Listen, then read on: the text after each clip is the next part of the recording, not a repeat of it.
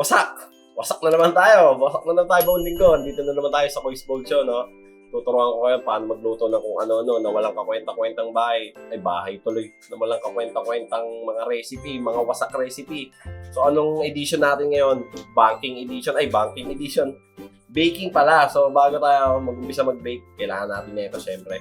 Ang mahiwagang sombrero ni Kois Bold. Yan, no? Put muna natin yan. Dahil banking edition tayo. Tapos tutok mo dito. Yun, no? Kita yan, tawag dyan mga kois, pillow dough. O kaya sa pag binili nyo sa online, pop pastry. So saan siya ginagamit, no? Pillow dough, no? Kita nyo naman mukhang unan, no? So hindi pa ganyan ang itsura niyan. Ang itsura pa lang niya na naked lang. So ito siya. Bali, kinote ko lang siya sa harina kasi galing siya freezer. Di ba? Para hindi siya magtubig, kaya ako siya kinote sa harina.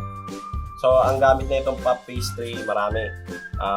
Alam niyo yung mango pie, peach mango pie, o kaya alam niyo yung mga cream pop, yun, doon ginagamit yan. Sa mga maninipis na sa mga crumbles na empanada yan, pwede sa empanada to, yan. Kung tinatamad kayo magmasa, pwede na kayong bumili niyan. Ako, tinamad ako magmasa kaya ito, bumili na lang tayo, di ba? Ba't natin papahirapan sarili natin, di ba? May mas madali namang paraan. So, gagawa nga tayo ngayon ng croissant. Ay, hindi pala croissant. Ang basa doon ay croissant. Croissant. Basta yun French kasi, mahirap eh. Basta yun, gagawa tayo ng croissant. So, first step nga natin dyan, mga kois ko. Etong, natin, pillow dough natin, magkadikit yan. So, hinati ko lang yan sa gitna, kaya naging dalawa.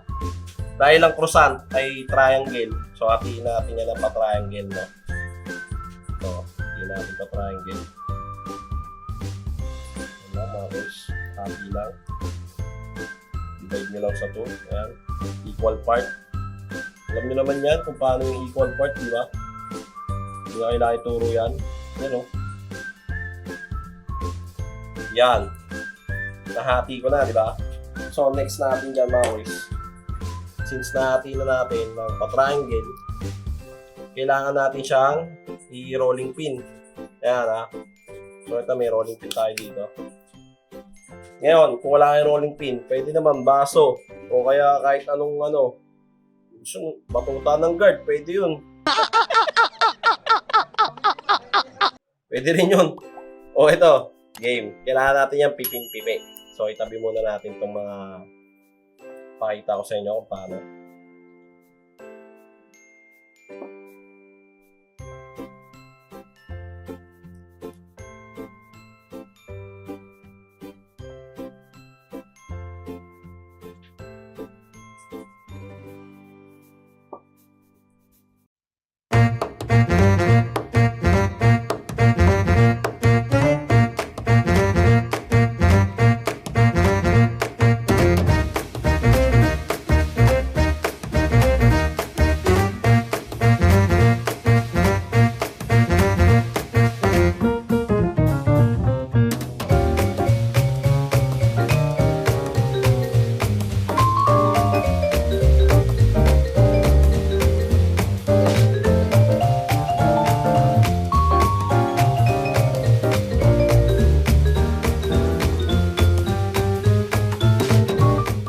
Ayun nga, mga kois, tapos na natin i-plot yung pillow dough natin. Ayun, kita nyo naman, di ba? So, kita nyo na dough talaga siya. Ayun, flat na siya, no?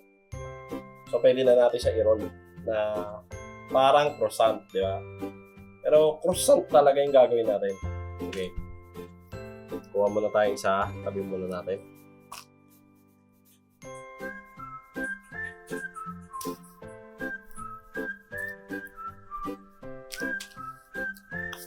Tapos, ang ipapalaman natin dyan, mga kois, ito. Nutella, syempre, di ba? Hindi natin Nutella.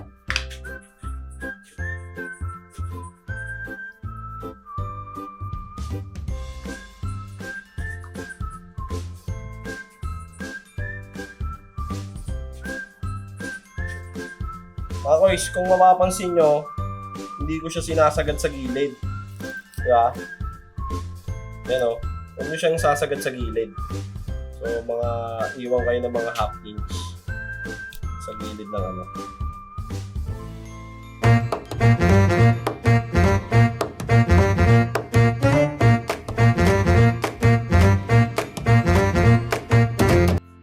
Ayan mga koys, may natela na.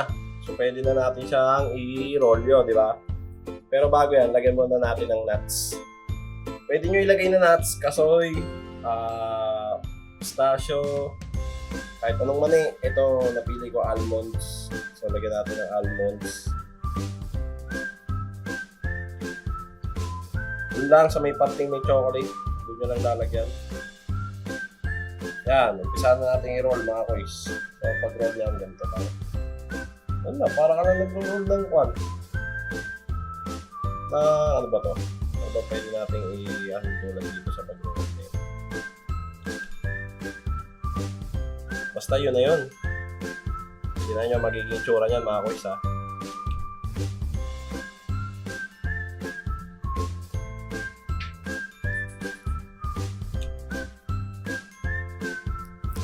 Yan.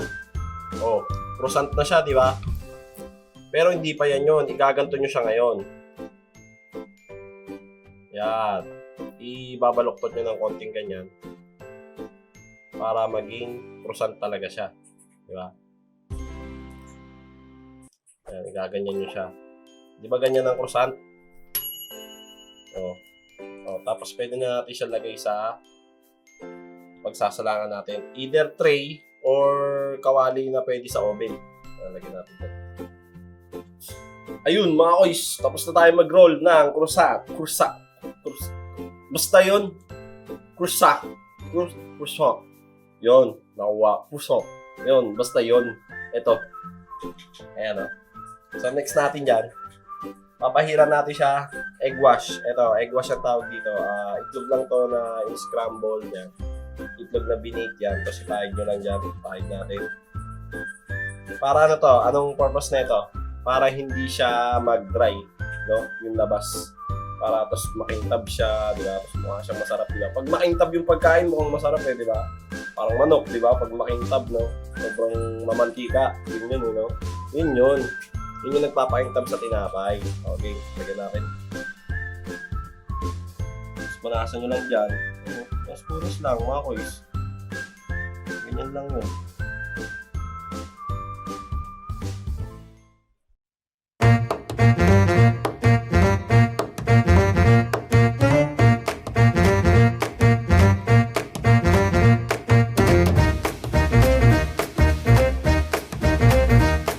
Ayan mga koys, tapos na. Oh. Pwede na natin salang sa oven yan. Pero, try natin, budbudan natin ng ganyan. Diba? Optional lang to mga koys ha, dito sa pilitan. Pwede nyo pa siya budburan ng ganyan, diba? Para mukha talagang masarap. Ayan mga koys, pwede na natin salang yan sa 400 Fahrenheit, 15 minutes. So convert natin sa convert natin sa degree Celsius, sila nyo, 200 plus, basta 200 plus something, galing ko no? Matik T-shirt ako eh. Matik yan. Alam ko yan. Salang natin. At ayun na nga mga koys. Natapos na tayo sa pagbabanking. Banking tuloy. Baking pala. Ito, tingnan nyo. Ayan o. Ayan yung finished product niya. Diba? Naluto na siya. Tapos ang ginawa ko dyan, kaya may mga ganyan-ganyan, nilagyan ko ng tawas. Ay, tawas. Hindi pala tawas. Powdered sugar. Yeah, binudbudan ko lang ng powdered sugar. Check nga natin mga koys. Kung croissant nga. Croissant talaga mga koys. Kita nyo naman, no? Biyakin natin, ha? Testing natin, biyakin natin, ha? Shit. Mainit-init pa, mga koys. O, yan. Makikita nyo, diba? Tikman natin ngayon. Kung totoong croissant na.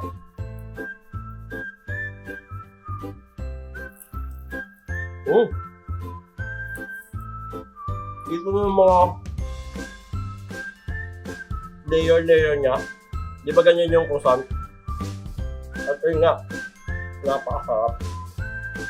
Ako mainit. Pero masarap dahil chocolate na yung almond lasa din. Tapos medyo buttery siya. Gawa ng yung pillow dough May butter na yun. Tapos, ayun. Pag kinakain mo yung croissant, di ba, naggaganyan talaga siya. Yung parang nadudurog-durog yung labas. Isa pa. Nabitin ako eh.